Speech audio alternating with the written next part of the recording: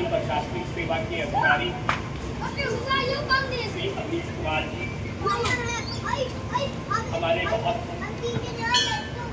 पुराने मित्र, सामाजिक कार्यकर्ता और अम्बेडकर राष्ट्रीय एकता मंच के अध्यक्ष मोहनलाल पासवान जी, अब्दुल अली हसनी नकवी साहब, अनस अहमद साहब और यहाँ मौजूद दूसरे सम्मानित।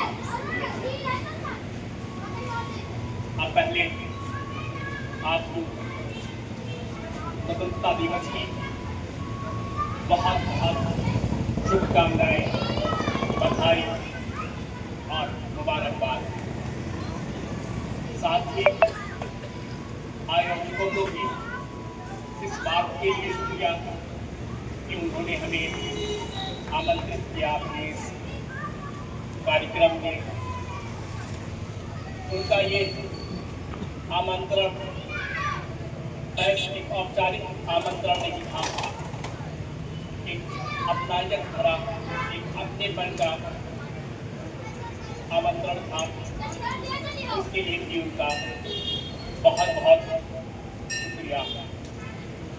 आज हम आज़ादी का उत्सव मना रहे हैं, लेकिन ये आज़ादी का उत्सव सिर्फ झंडा फहराने और राष्ट्रगान गाने भर का सीमित नहीं है। हमारे देश को जो आज़ादी मिली वो कोई एक दिन की आज़ादी नहीं थी, एक दिन की लड़ाई के बाद वो मिली आज़ादी नहीं थी।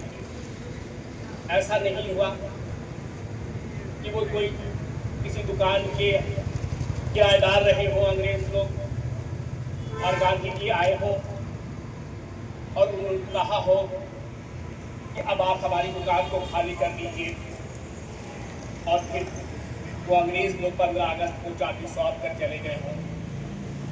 एक बहुत लंबी लड़ाई लड़ी गई है इस देश को आज़ाद कराने के लिए। 1857 से चली वो लड़ाई 15 अगस्त 1947 को पूरी हुई, और इस दरमियान न जाने कितने लोगों को अपने प्राणों की आहुति देनी पड़ी, कितने लोगों को तरह तरह की मुश्किलात और अंग्रेजों के जुल्म का सामना करना पड़ा। तब हमारे देश को एक लंबे जद्दोजहद के बाद आज़ादी मिली। इसलिए आज की जो पीढ़ी है उसको इस लड़ाई में जो कुर्बानियाँ दी गई हैं, जो संघर्ष का सामना करना पड़ा है, उसको शायद इल्म नहीं हो। उसे विरासत में ये आज़ादी मिली है, इसलिए उसकी जिम्मेदारी कहीं ज़्यादा बढ़ जाती है कि इस मुल्क की आज़ादी को वो अछूत बनाए रखे। हमने आज़ादी के इन 80 सालों के दरमियान बहुत सारी तरक्की की है। हमने नई ऊंचाइयों को छुआ है, हमने नई तकनीकों का आविष्कार किया है, और पूरी दुनिया में हमने अपनी एक नई पहचान बनाई है। लेकिन मेरा मानना है कि कोई भी देश सिर्फ इमारत से नहीं बनता है, कोई भी देश